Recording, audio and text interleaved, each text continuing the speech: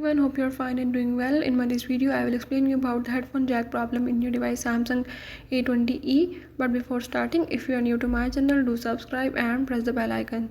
So now let's move to the topic. If you are having any issue regarding your headphone jack, or you can see the ear speaker jack, you can solve this by the method as I am showing in this video. So follow the steps and watch complete video, and at the end you will able to learn to solve the headphone jack problem in your device. Let's watch the video.